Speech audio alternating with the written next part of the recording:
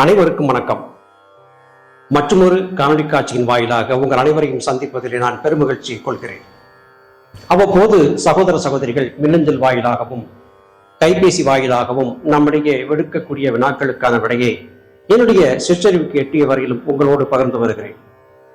வலையொலியிலே பேசி கேள்விகளுக்கு பதில் சொல்வதால் மாத்திரம் நான் ஞானியாகிவிட மாட்டேன்.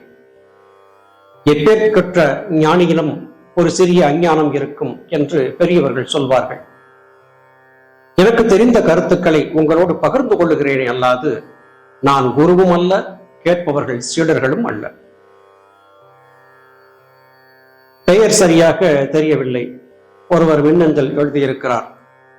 தமிழ் தென்றல் என்று குறிப்பிட்டிருக்கிறார். அது அவருடைய பெயராக இருப்பதற்கு வாய்ப்பில்லை என்று கருதுகிறேன்.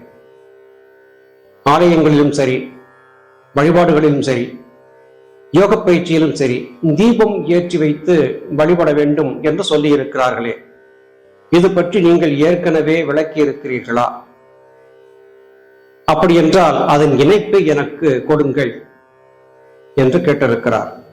இது போன்ற மின்னஞ்சல்கள் பல வருகின்றன. இதை பற்றி விளக்கம் வேண்டும், அதற்கான மின்னஞ்சல் இணைப்பை கொடுங்கள் என்று கேட்கிறார்கள். தயவு செய்து புரிந்து கொள்ளுங்கள், போதிய நேரமில்லை, பணிகள் பல இருக்கிற காரணத்தால் நீங்கள் கேட்கும் கேள்விகளுக்கான இணைப்பை தேடி தேடி எடுத்து உங்களுக்கு கொடுப்பது என்பது அடியனை பொறுத்த வரையிலும் நடவாத காரியம். முடிந்த வரையிலும் என்னுடைய பதிவுகளிலே உங்களுடைய வினாக்களுக்கான விடையை சொல்லியே வந்திருக்கிறேன். இந்த தேகம் இருக்கும் வரையிலும் சந்தேகம் தீராது. சந்தேகம் வந்து கொண்டேதான் இருக்கும்.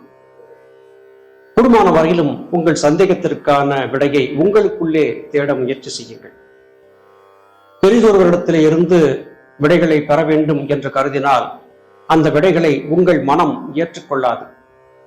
உங்கள் மனம் எப்பொழுது அனுபவபூர்வமாக ஒரு விடயத்தை ஒப்புக்கொள்ளுகிறதோ அப்பொழுது மாத்திரமே அந்த விடையை ஆழ்மனதற்குள்ளே அனுமதிக்கும். எனவே எங்களை போன்றவர்கள் சொல்லக்கூடிய பதில் இறுதியானது என்று முடிவு கட்டிவிடாதீர்கள். உங்கள் அறிவை கொண்டு ஆராய்ந்து பார்த்து சரியான விடையை உங்கள் ஆழ்மனத்திற்கு கடத்துங்கள். தீபம், இது பற்றி நான் ஏதும் பெரிதாக சொல்ல வேண்டிய அவசியம் இல்லை. ஞானபிதா சுவாமி சிவானந்த பரமஹம்சர் அவர்கள் சித்தவேதத்திலே சொல்லியதை கொண்டே இங்கே பதில் சொல்ல முற்படுகிறேன். ஒரு மனிதனுடைய உடலிலே உயிராக இருந்து இயங்கிக் கொண்டிருப்பது வெப்ப சக்தி.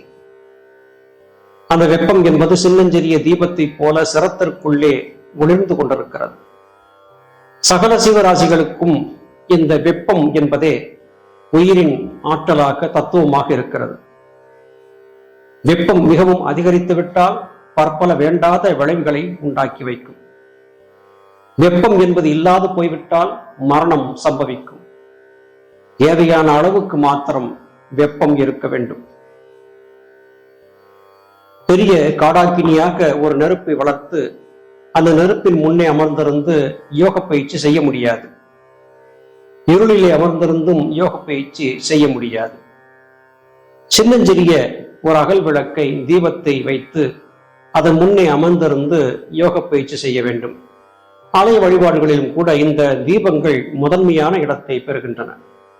ஏன் எல்லாவற்றையும் விட்டுவிட்டு தீபத்தை ஏற்ற வேண்டும்? ஒரு யோக பயிற்சி செய்பவர் ஒரு பாத்திரத்திலே தண்ணீரை ஊற்றி அதை எதிரே வைத்திருந்து பயிற்சி செய்யக்கூடாதா? அல்லது வேறு ஏதாவது யானை, குதிரை, ஒட்டகம் போன்றவற்றை நிறுத்தி வைத்து பயிற்சி செய்யக்கூடாதா? எதற்காக இந்த நெருப்பை இங்கே கொடுத்தார்கள் என்று பார்க்க வேண்டும். யோக பயிற்சியிலே சுழுமுனையை திறப்பதற்கு பயன்படக்கூடிய சாவி என்பது வாசி. வாசி என்பதை பற்றி நாம் ஏற்கனவே பலமுறை பிரித்து சொல்லி இருக்கிறோம். வ என்பது குரில், வ குரில் என்பது காற்றை குறிக்கிறது. சி என்பது நெருப்பை குறிக்கிறது. காற்றை கொண்டு நெருப்பை காப்பாற்றுதல் என்பது வசி, வசித்தல். அதே காற்றை கொண்டு நெருப்பை மூண்டு எழச் செய்தல் என்பது வாசி. வ என்பது குறிலாக இருந்தது வா என்கிற நெடிலாக மாற வேண்டும், நீட்ட வேண்டும். பொதுவாக நாம் சுவாசிக்கும் போது வேகமாக மூச்சை உள்ளே இழுத்து வேகமாக வெளியே விட்டு விடுவோம். ரேசகம் ஊரகம் ஆகியவை வேக வேகமாக நடந்து கொண்டிருக்கும். யோக சாதன பயிற்சியாளர் இந்த ஊரகத்தை மிக மெதுவாக செய்வார், வேசகத்தையும் மிக மிக மெதுவாக செய்வார். திருமூலர் சொல்லியபடி பார்க்கும் போது 1 பங்கு காற்றை உள்ளே இழுத்தால் 4 பங்கு காற்றை உள்ளே நிறுத்தி 2 பங்கு காற்றை வெளியே விட வேண்டும் என்று சொல்லுவார். இது அனுபவத்தில் மாத்திரமே நமக்கு கைகூடி வரும். யோக பயிற்சியை செய்யும் போது இந்த அளவு என்பது ஒவ்வொருவருக்கும் மாறி மாறி அமையும். ஒருவருக்கு அதிக நேரம் மூச்சை உள்ளே நிறுத்தும் ஆற்றல் இருக்கும், அது நுரையீரலின் வலிமையை பொறுத்து அமையும். சிலருக்கு மூச்சை நிறுத்த முடியாது. உடல் கனத்தவர்கள், வருத்த உடல் கொண்டவர்கள், போதிய தேக பயிற்சி இல்லாமல் அமர்ந்திருந்து பணி செய்யக்கூடியவர்களுக்கு மூச்சை நிறுத்துவது என்பது கடினமாக இருக்கும். இந்த மூச்சை ஏற்றி இறக்கும் போது நமக்குள்ளே இருக்கக்கூடிய ஜீவன் என்கிற பிரகாசம் மெல்ல மெல்ல அதிகரிக்க ஆரம்பிக்கிறது. ஜீவ ஜோதி பிரகாசம் அதிகரிக்க ஆரம்பிக்கிறது. நீங்கள் கொல்லன் உலைக்காப்பி பார்த்திருப்பீர்கள். ஒரு பள்ளம் இருக்கும், அதிலே ஒரு சிறிய துண்டு நெருப்பை வைத்து நிறைய அடுப்பு கரியை அதிலே போட்டு துருத்தியை கொண்டு தொடர்ந்து ஊதுவார்கள். அப்போது அந்த சின்னஞ்சிறிய நெருப்பு அருகிலே இருக்கும் கரியிலே எல்லாம் பற்றி கொண்டு ஜுவாலை விட்டு எரிய ஆரம்பிக்கும். அந்த ஜுவாலையிலே கொல்லன் எறும்பை பழுக்க காய்ச்சி அடித்து அதை ஆயுதமாக மாற்றுவதை பார்த்திருப்பீர்கள். இந்த காற்று ஒரு குறிப்பிட்ட அளவிலேதான் செலுத்தப்பட வேண்டும். அளவு அதிகரிப்பதும் ஆபத்து, அளவு குறைந்தாலும் பயனில்லை. ஞானவிதா சொல்லிய கருத்துப்படி பாருங்கள். ஒரு உயிரை காப்பாற்றுவதும் வளர்ப்பதும் அதை பாதுகாப்பதும் அழிப்பதும் இவை எல்லாவற்றையுமே காற்றே செய்கிறது. காற்றுதான் சிருஷ்டி, ஸ்திதி, சம்ஹாரம், படைத்தல், காத்தல், அழித்தல் என்கிற 3ஐயும் செய்கிறது. ஒரு விளக்கை ஏற்றி வையுங்கள். அந்த விளக்கு எரிந்து கொண்டிருக்கும் போது வாயினால் வேகமாக ஊதுங்கள். அந்த விளக்கு அணைந்துவிடும். விளக்கை ஏற்றி வைத்து காற்று புகாத ஒரு பாத்திரத்தை கொண்டு மூடி வையுங்கள். விளக்கு அணைந்துவிடும். எல்லாவற்றுக்கும் காரணமாக இருந்தது காற்று தான். விளக்கு எரிய வேண்டும் என்றால் காற்று வேண்டும். அதே காற்று அதிகரித்த போது விளக்கை அணைத்துவிடும். இந்த விளக்கின் அருகிலே உங்கள் கைகளை கொண்டு போய் பார்த்தால் மெல்லிய அனல் வீசுவதை பார்க்க முடியும். இந்த அனலும் இந்த ஜோதியும், இந்த இரண்டும் உங்களுக்குள்ளே இருக்கும் ஆன்மாவோடு தொடர்புபடுத்தி பாருங்கள், விளக்கம் புரிந்துவிடும். ஆன்மா என்பது சின்னஞ்சிறிய நெருப்பு. அந்த நெருப்பிலிருந்து வெளிப்பட்டு வந்த அனல் விளக்கின் அருகிலே கை கொண்டு போன போது உங்களுக்கு உணர்த்திய அந்த அனல், அது போன்ற ஒரு அனல் உடலுக்குள்ளே இருக்கிறது. அந்த அனல் தான் ஜீவசக்தியாகிய வாயு. அந்த ஜீவசக்தியாகிய வாயுதான் 72,000 நாடிகள் வழியாக உடல் முழுவதும் பாய்ந்து கொண்டிருக்கிறது. உடல் முழுவதும் பாய்ந்து கொண்டிருக்கக்கூடிய இந்த நெருப்பு முதுகு தண்டிலே 6 இடங்களில் அழுந்தி சுழன்றி செல்கிறது. இதை கீழ் 6 ஆதாரங்கள் என்று சொல்லுகிறார்கள். மூலாதாரம், சுவாதிஷ்டானம், மணிபூரகம், அநாகதம், விசுத்தி, ஆக்ஞை, சகஸ்திரதலம் என்று நிலைகள் மேல் நோக்கி எழுப்புகின்றன. இவை எல்லாமே உள்ளே இருந்து கீழே இறங்கி வந்த ஜீவசக்தியாய வாயு நின்று சுழன்று ஆற்றலை நாலா பக்கமும் விசிறி அடித்த சக்கர மையங்கள். இந்த நெருப்பு என்பது எரிவதற்கு மெல்லிய காற்று தேவையாக இருக்கிறது. அந்த மெல்லிய காற்றை போல உள்ளுக்குள்ளே நாம் சுவாசத்தை நடத்தும் போது ஜீவஜோதி பிரகாசிக்கும். இந்த தத்துவத்தை புரியப்படுத்துவதற்காகவே வெளியிலே விளக்கேற்றி வைக்க சொன்னார்கள். வெளியிலே எரிந்து கொண்டிருக்கக்கூடிய இந்த விளக்கு எப்படி காற்றினால் காப்பாற்றப்படுகிறதோ, எப்படி காற்றினால் எரிகிறதோ, அதுபோல காற்று பெரிதாக வீசாதபடியாக அமைதியான இடத்திலே விளக்கை வைத்து அந்த விளக்கிற்கு எதிரே அமர்ந்து பயிற்சி செய்யக்கூடிய யோக சாதகன் இந்த விளக்கிலே இருக்கும் சுடரை போலவே எனது சிரத்திற்குள்ளே ஜீவச்சுடர் இருக்கிறது.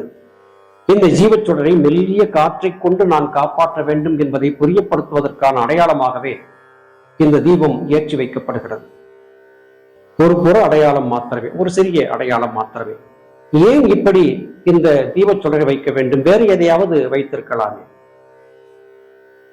உருவ வழிபாடு என்பதிலே செல்லும் போது மனிதனுடைய மனம் சலனப்படுகிறது.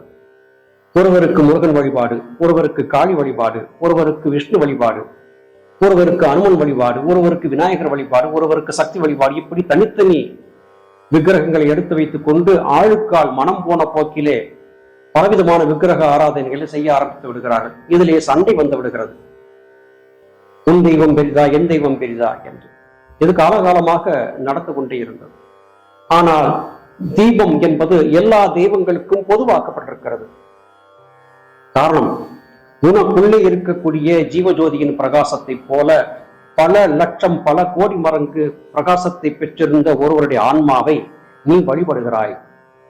அவர் சக்தியாக, சிவனாக, விஷ்ணுவாக, இப்படி பலதரப்பட்ட வடிவங்களில் நம்முடைய முன்னோராக, மூத்தோராக கருதி வழிபடப்படுகிறார். இந்த சிறிய தீபத்தின் சுடர் எப்படி இருக்கிறதோ அது போலத்தான் அவர்களும் இருந்தார்கள். இப்போது அகண்ட பெரிய ஜோதியாக மாறிவிட்டார்கள். இந்த ஜீவ ஜோதியை நீ காப்பாற்றினால் அகண்ட ஜோதியாக உன்னை மாற்றிக்கொண்டு விட முடியும் என்பதை புரியப்படுத்துவதற்காகத்தான் இந்த தீபத்தை வழிபாட்டிலேயும் யோக பயிற்சியிலேயும் கொண்டு வந்தார்கள். இருளிலே ஏற்றி வைத்த சின்னஞ்சிறிய தீபம் மனதிற்கு அமைதியை, சாந்தத்தை, சந்தோஷத்தை தருகிறது. அதிலிருந்து வெளிப்பட்டு வரக்கூடிய மெல்லிய பிரகாசம், மெல்லிய உஷ்ணம் என்பது நம்முடைய தேகத்திலே படும்போது ஒரு செழிப்பு ஏற்படுகிறது. இந்த செழிப்பை உணர்வதற்கு மனம் உள்ளிலே சென்று ஒடுங்க வேண்டும். புருவ மத்தியத்திலே மனம் ஒடுங்க வேண்டும். புத்தியாக, அகங்காரமாக சலித்து கிடக்கக்கூடிய மனம் சித்தமாக மாற வேண்டும். அப்படி மாறும்போது மாத்திரமே மெல்லிய தீபத்திலிருந்து வெளிப்பட்டு வரக்கூடிய வெப்ப அலையை நம்முடைய தேகம் உணரும். அந்த அளவிற்கு நம்முடைய தேகம் என்பது அணுக்க தேகமாக மாறிவிடும். ஆங்கிலத்திலே சொல்வதென்றால் சென்சிட்டிவ் பாடியாக மாறிவிடும். இந்த பக்குவம் உடலில் ஏற்படுவதற்கு நீண்ட நெடிய காலம் பிடிக்கும். இந்த மெல்லிய வெப்பத்தை மாத்திரம் உடலுக்கு பழக்கப்படுத்தியபடியாகவே யோகி பயணிக்க வேண்டும். வெளியிலே சென்று கதிரவன் தொடுகிரணங்களிலே நடமாடும் போது கொடூரமாக வரக்கூடிய வெப்பத்தை தாங்கி தாங்கி பழகிவிட்ட உடலுக்கு அதைவிட குறைவான வெப்பத்தை உணரும் ஆற்றல் இல்லாது போய்விடுகிறது. இதற்காகத்தான் கதிரவன் ஒளியிலே செல்லக்கூடாது என்று நம்முடைய முன்னோர்கள் சொன்னார்கள். ஏற்றி வைத்த தீபம் உள்ளிலே இருந்து நம்மை இயக்கிக் கொண்டிருக்கக்கூடிய ஜீவ ஜோதிக்கு ஒப்பாக காட்டப்படுகிறது. இதுதான் தீபம் ஏற்றி வைத்து வழிபடுவதின் காரணம். சகோதரர் அல்லது சகோதரி கேட்டிருந்த இந்த வினாவுக்கு எனக்கு தெரிந்த வரையிலும் பதில் சொல்லி இருக்கிறேன். ஏற்பவர் ஏற்கலாம், மறுப்பவர் மறுக்கலாம். மீண்டும் மற்றும் ஒரு காணொளி காட்சியிலே உங்களை சந்திக்கிறேன். அதுவரையிலும் நன்றி, வணக்கம்.